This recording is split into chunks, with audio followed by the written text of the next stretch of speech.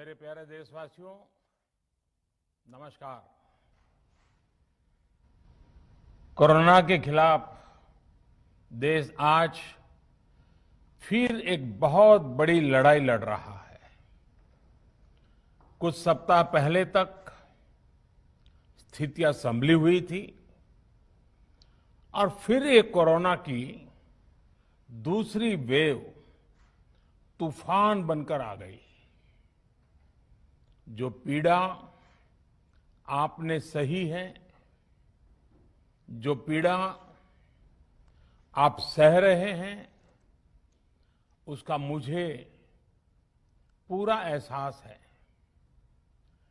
जिन लोगों ने बीते दिनों में अपनों को खोया है, मैं सभी देशवासियों की तरफ से उनके प्रति संवेदनाएं व्यक्त करता हूं।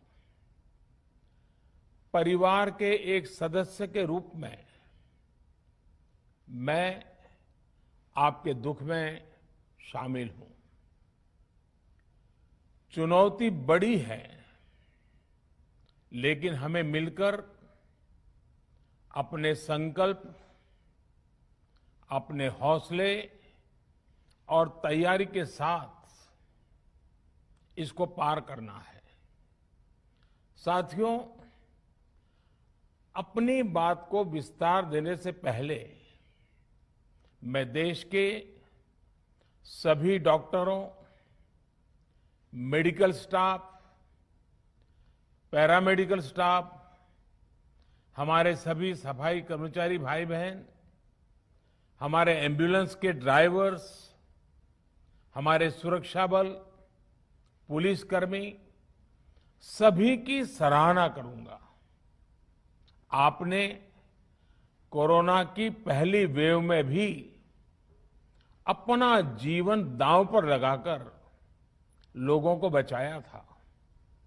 आज आप फिर इस संकट में अपने परिवार, अपने सुख, अपनी चिंता छोड़कर दूसरों का जीवन बचाने में दिन रात जुटे हुए हैं। साथियों, हमारे शास्त्रों में कहा गया है, त्याज्यम न धैर्यम विदुरेऽपि काले, अर्थात कठिन से कठिन समय में भी हमें धैर्य नहीं खोना चाहिए। किसी भी परिस्थिति से निपटने के लिए हम सही निर्णय लें, सही दिशा में प्रयास करें, तभी हम विजय हासिल कर सकते हैं। इसी मंत्र को सामने रखकर आज देश दिन रात काम कर रहा है। बीते कुछ दिनों में जो फैसले लिए गए हैं, जो कदम उठाए गए हैं, वो स्थिति को तेजी से सुधारेंगे। इस बार कोरोना संकट में देश के अनेक हिस्से में ऑक्सीजन की डिमांड बहुत ज्यादा बढ़ी है। इस विषय पर तेजी से और पूरी संवेदनशीलता के साथ काम किया जा रहा है। केंद्र सरकार, राज्य सरकारें, प्राइवेट सेक्टर, सभी की पूरी कोशिश है कि हर जरूरतमंद को ऑक्सीजन मिले। ऑक्सीजन प्रोडक्शन और सप्लाई को बढ़ाने के लिए भी कई स्तरों पर उपाय किए जा रहे हैं। राज्यों में नए ऑक्सीजन प्लांट्स हो, 1 लाख नए सिलेंडर पहुंचाने हो, औद्योगिक इकाइयों में इस्तेमाल हो रही ऑक्सीजन का मेडिकल इस्तेमाल हो, ऑक्सीजन रेल हो, हर प्रयास किया जा रहा है।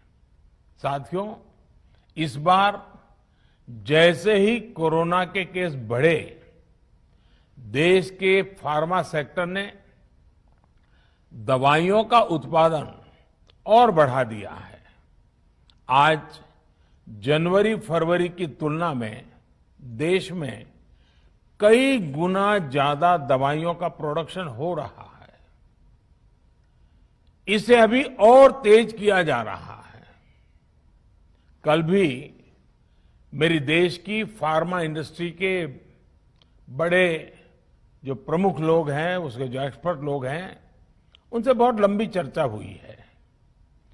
प्रोडक्शन बढ़ाने के लिए हर तरीके से दवाई कंपनियां की मदद ली जा रही है।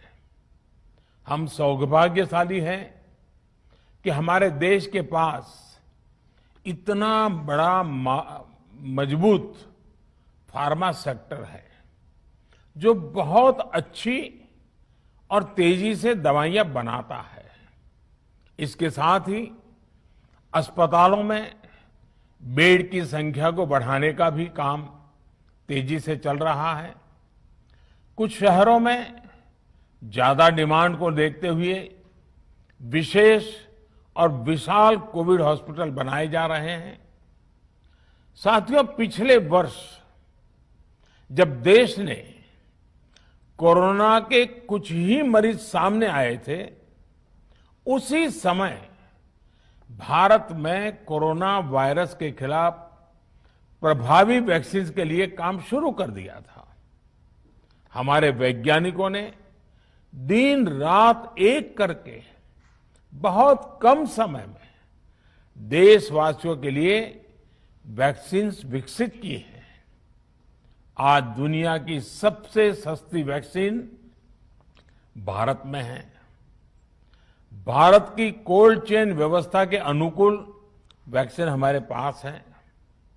इस प्रयास में हमारे प्राइवेट सेक्टर ने इनोवेशन और एंटरप्राइज की भावना का बेहतरीन प्रदर्शन किया है।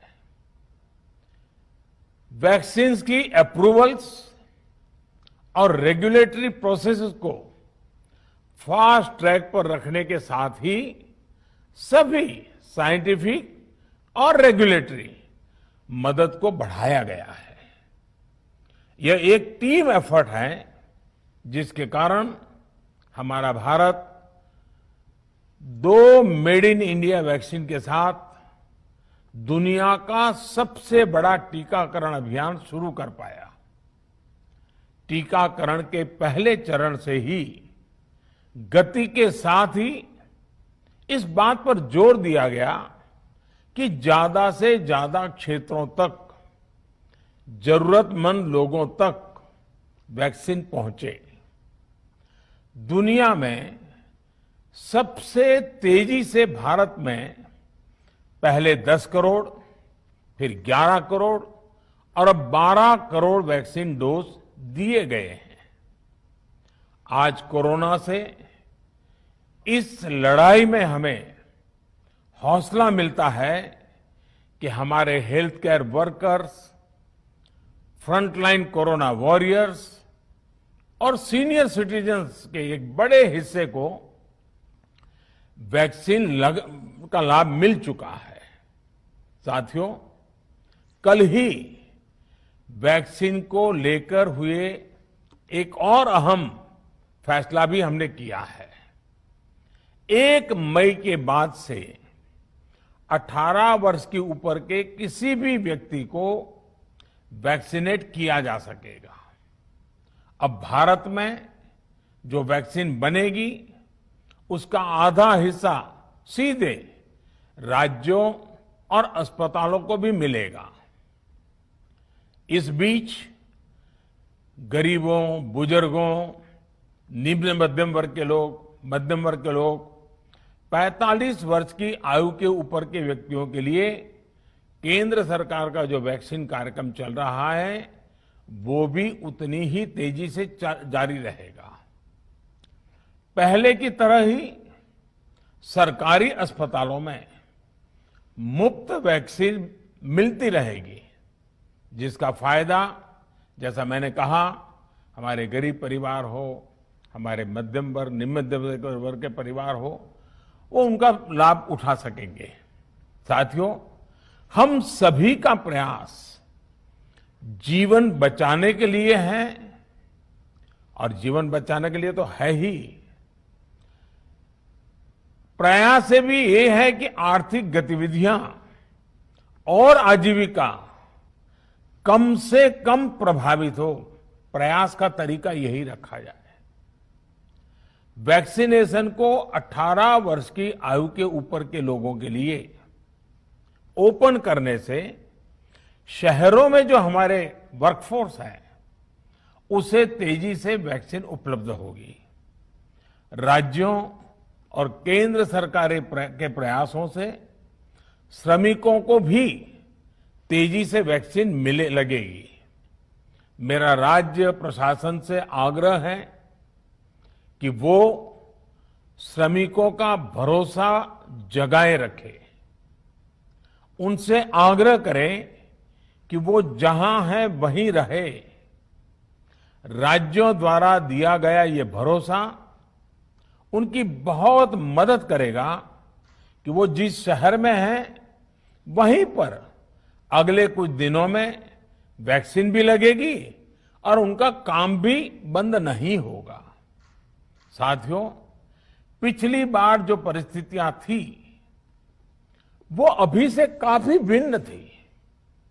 तब हमारे पास इस वैश्विक महामारी से लड़ने के लिए कोरोना स्पेसिफिक मेडिकल इंफ्रास्ट्रक्चर नहीं था। आप याद करिए देश की क्या स्थिति थी। कोरोना टेस्टिंग के लिए पर्याप्त लैब नहीं, पीपीई का कोई प्रोडक्शन नहीं, हमारे पास इस बीमारी के ट्रीटमेंट के लिए कोई खास जानकारी भी नहीं।